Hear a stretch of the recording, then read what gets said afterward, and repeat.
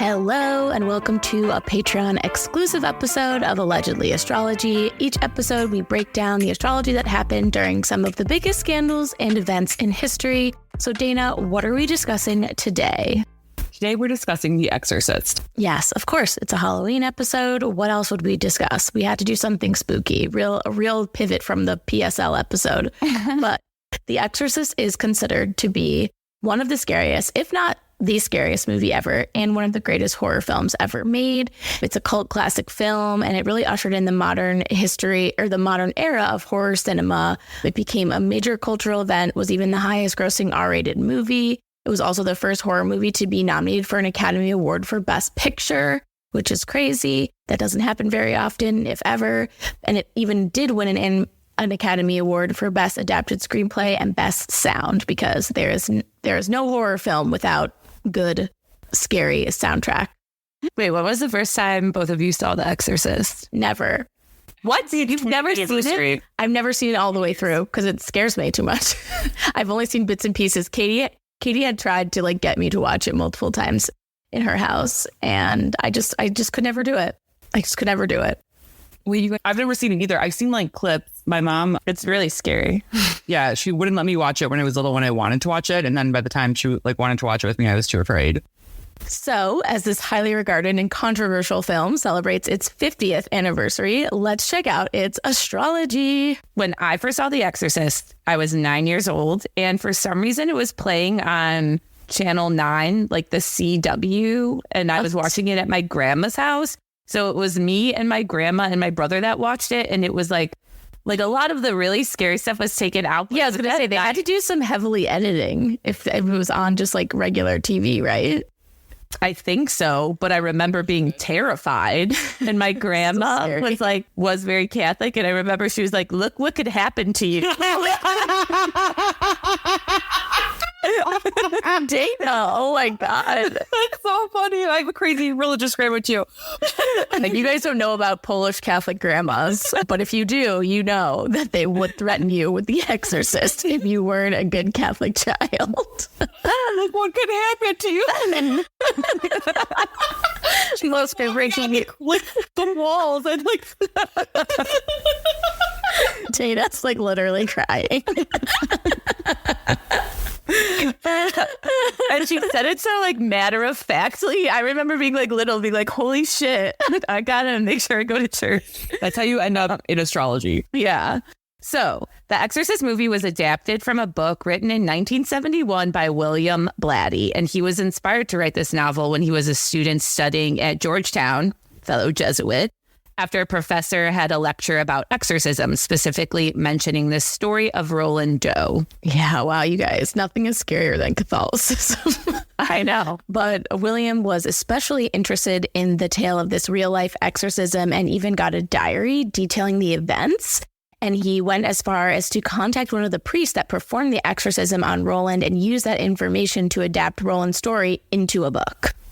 Yes, so let us talk about this Roland.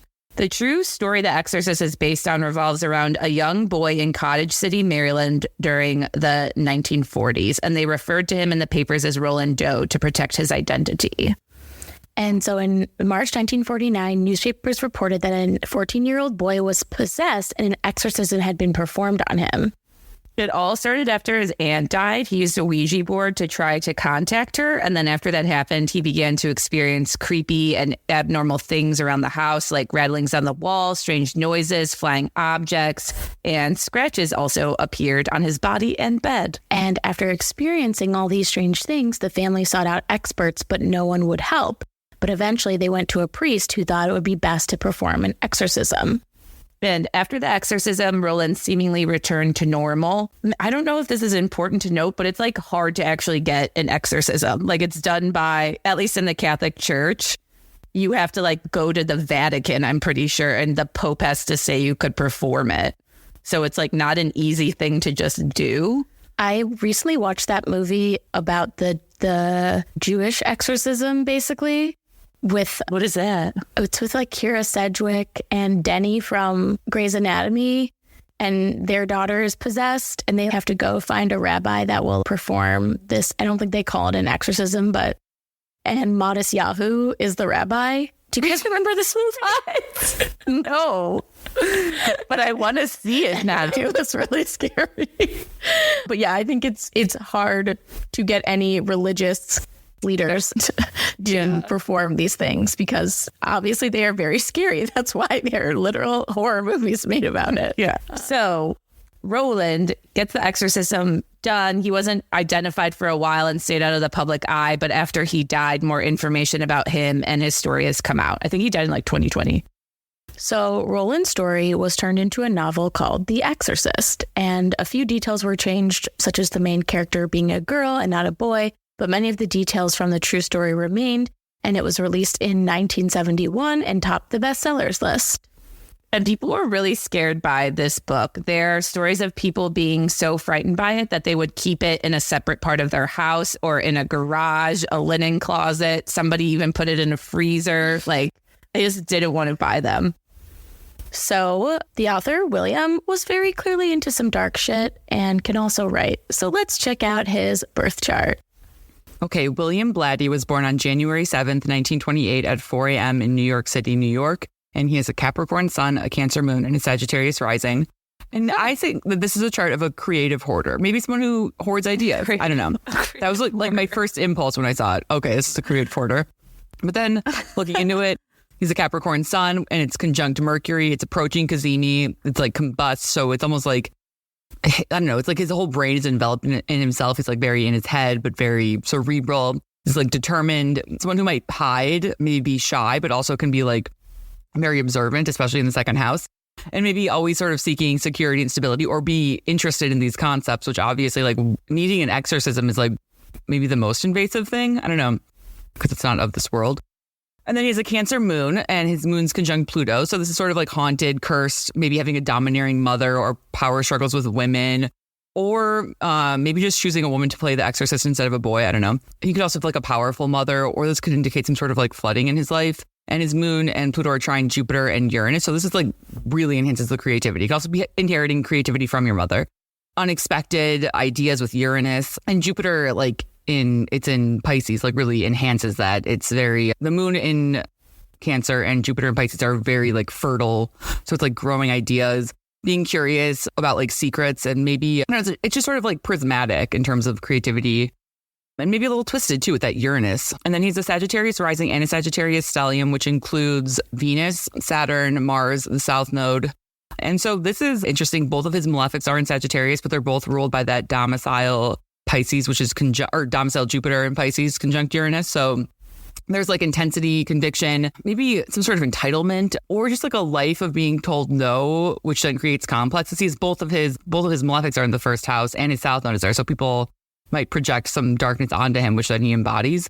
So, but also like the desire for more and maybe some interest in like things that are, you know, like religious. Sagittarius is the sign associated with religion. So being interested in not just the bigger picture, but also like with that square from Uranus, I feel like is like being interested in like forces you cannot see, or like, you know, maybe taboo type of subjects. His South Node is sandwiched between Saturn and Mars, and then I feel like could give feelings of powerlessness, or like, I don't know, just like needing to be saved. Maybe people blame him for things. Like maybe, I don't know, I bet people after the movie came out blamed him for writing it or something. But also maybe just like feeling called to darkness in a certain way. It's, you know, Mars is about pursuit, Saturn is about restriction and like darkness. So having that in his first house, and then the South Node there too, is sort of like maybe feeling like you have to like carry out some sort of mission related to darkness. Yeah, I was going to say too, like obviously all the Sag, you mentioned religion that popped up. Also, I think too, just like, you know, the moon in the 8th house, I feel like Pluto.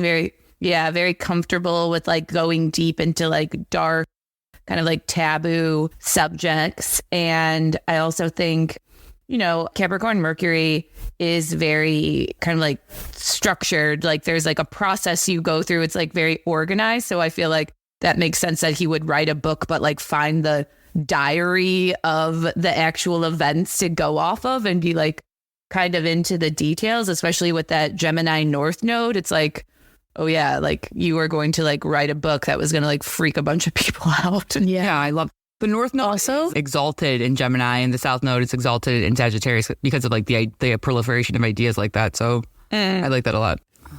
I was reading a little bit about him. So he went to Georgetown, then George Washington for his master's degree in English. And then he joined the Air Force and he served in the psychological warfare division. Whoa. Cool. Interesting, so cool. Because he didn't write that book until 1971. Like, obviously he was interested in it, but I feel like that experience had to have like given him a way to, like, he probably learned some really scary shit about the mind. And I think that also probably led him to being able to write a really scary book. Yeah, hard Pluto aspects and cancer can both be associated with psychological warfare. So having Pluto conjunct his moon and opposite his natal sun and Mercury, that's so dead on. Like, that's exactly what you just explained. That's cool.